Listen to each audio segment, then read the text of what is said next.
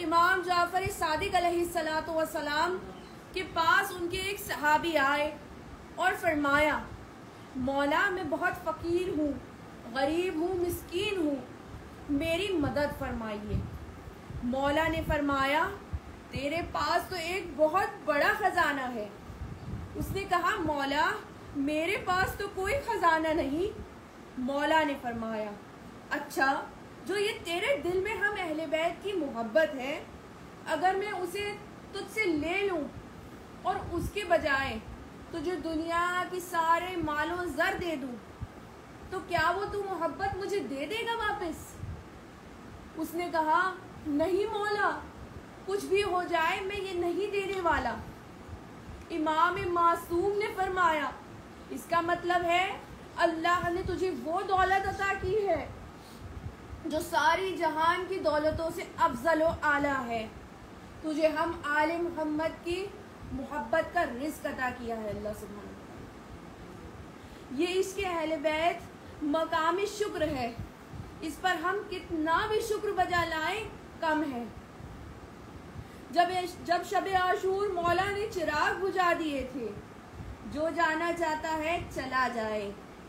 حسین کتنے کریم ہیں، کہہ رہے ہیں اچھا تمہیں شرم آ رہی ہوگی، چھوڑ کر کیسے جائیں حسین کو؟ دیکھو اہل بیت کے بچے وہاں تمہارے سامنے کھڑے ہیں، تم ان میں سے کسی کا بھی ہاتھ پکڑ کر لے جاؤ، دنیا سے یہ کہہ دینا کہ ہم تو حسین کے بچوں کو بچانے گئے تھے، حسین تو راستہ دے رہے ہیں۔ اگر تمہیں یہ لگ رہا ہے کہ تمہیں یہ سمجھ رہے ہو کہ تمہیں جنت نہیں ملے گی تو میں جنت کے جوانوں کا سردار ہوں، میں تم سے وعدہ کرتا ہوں میں تمہیں جنت دلاؤں گا۔ اگر جانا چاہتے ہو ابھی چلے جاؤ، یہ شب عاشور ہے، اس کی تاریکی میں چلے جاؤ، جب صبح عاشور آ جائے گی تب جاؤ گے تو شاید تمہیں شرمندگی ہوگی، ابھی سوار ہو جاؤ اس رات کی پشت پر۔ جب چراغ روشن ہوئے مسلم ابن اوسجہ کھڑے ہوئے۔ مسلم کون ہے؟ مسلم اتنے بوڑھے صحابی تھے کہ کمر کو کمر بند سے باندھ رکھا تھا اور بھویں آنکھوں پر آ رہی تھی۔ فرمانے لگے اے مولا حسین، میں نے آپ کے نانا رسول خدا کا زمانہ بھی دیکھا ہے، آپ کے بابا علی مرتضیٰ کا زمانہ بھی دیکھا ہے، آپ کے بھائی حسن کا زمانہ بھی دیکھا، اب عمر کے اس مقام پر اللہ نے مجھے یہ موقع دیا ہے کہ آپ پر جان قربان کر دوں۔ خدا کو گواہ بنا کر کہتا ہوں اگر 70 مرتبہ مارا جاؤں اور 70 مرتبہ زندہ کیا جاؤں آپ کو ہرگز ہرگز نہیں چھوڑوں گا۔ وہاں پر مولا کے بچپن کے دوست حبیب ابن مظاہر بھی موجود تھے۔ فرما رہے ہیں یا حسین اگر میں آج آپ کو چھوڑ گیا تو روز محشر آپ کی ماں سیدہ فاطمہ زہرا تو کیا منہ دکھاؤں گا؟ یہ اصحاب باوفا ہیں، ایک سعید ابن عبداللہ ہیں جو مولا کی نماز کے سامنے کھڑے ہوئے تھے یہ کہہ کر کہ حسین کو تیروں پر آتے ہوئے تیروں کو اپنے اوپر روکوں گا۔ زہیر کین ہیں جو امام کے سامنے کھڑے ہوئے مولا پہ آتے تیروں کو روک رہے ہیں۔ جناب زہیر کی زوجہ کوفہ میں تھی جب ان کی شہادت کی خبر ان تک پہنچی، انہوں نے اپنے ایک غلام کو بلایا اور اس کے ہاتھ میں ایک کفن دیا۔ کہنے لگی حسین تو نواسہ رسول ہے، انہیں تو کسی نہ کسی نے کفن دے دیا ہوگا، تم یہ کفن زہیر کی لاشے کو دے دینا۔ وہ کربلا گیا اور کربلا سے بنا کفن دیے لوٹ آیا۔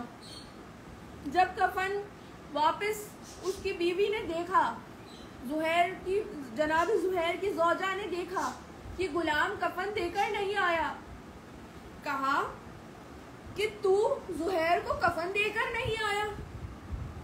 وہ فرماتا ہے اے بیوی جب میں کربلا پہنچا تو اے بیوی وہاں ایک نہیں 72 لاشیں بے گور و کفن موجود تھے۔ مجھے شرم آئی کہ میں زہیر کو کفن دے دوں؟ زوجہ زہیر نے سوال کیا، اچھا تو زہیر کو کفن نہ دیتا مگر حسین ابن علی کو تو کفن دے دیتا، نبی کے نواسے کو تو کفن دے دیتا، کیا سبب ہے کہ تو حسین کا لاشا بھی بے گور و کفن چھوڑ آیا؟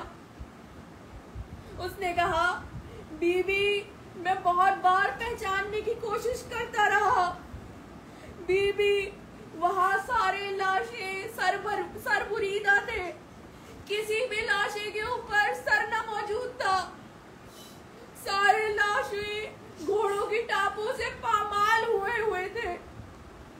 اللہ اکبر۔ سعید ابن عبداللہ مولا حسین کے سامنے کھڑے تھے، کہتے تھے ایک تیر بھی میرے مولا پر نہ پڑے، ایک تیر بھی لگتا ہے تو کتنا درد ہوتا ہے۔ سعید ابن عبداللہ کے 17 تیر لگے، کہتے جاتے تھے جب ایک تیر لگتا تھا، پروردگار مجھے اس وقت تک زندہ رکھ لے جب تک حسین کی نماز ادا نہ ہو جائے۔ یہاں مولا حسین نے السلام علیکہ یا رحمت اللہ فرمایا، ادھر سعید نے کہا السلام علیکہ یا ابا عبداللہ۔ سعید گرے، سعید کا سر مولا حسین نے اپنے زانوں پر رکھا، فرمانے لگے، یا ابن رسول اللہ کیا میری وفا کا حق پورا ہوا؟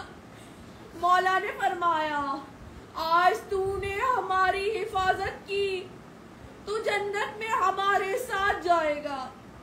سعید نے کہا، مولا بس ایک بات کی جسارت کہہ کر جسارت کرتا ہوں، مولا ان تیروں کو میرے سینے سے نہ نکالیے گا، ان تیروں کو میرے سینے پر ہی رہنے دیجیے گا، میں جنت میں آپ کی ماں سیدہ کے سامنے سرخرو ہونا چاہتا ہوں، میں سیدہ کے سامنے اسی حال میں جانا چاہتا ہوں۔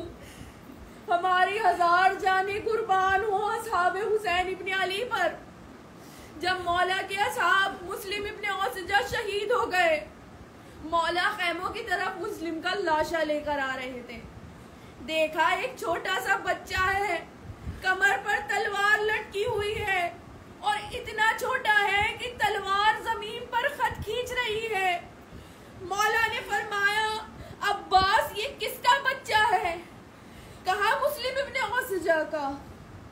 مولا نے اس بچے سے فرمایا، بیٹا تو جنگ کے لیے جا رہا ہے، اگر تیرا باپ موجود نہیں ہے، مگر جب تک تیری ماں تجھے اجازت نہ دے دے تو نہیں جا سکتا۔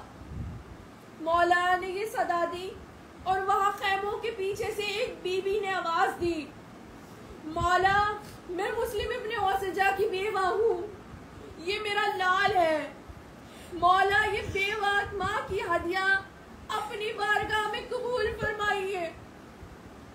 مولا کے ایک ایسے اصحاب بھی ہیں جن کو مولا نے خود خط لکھ کر بلایا تھا، اے فقیہ حسین، اے حبیب حسین آ جاؤ۔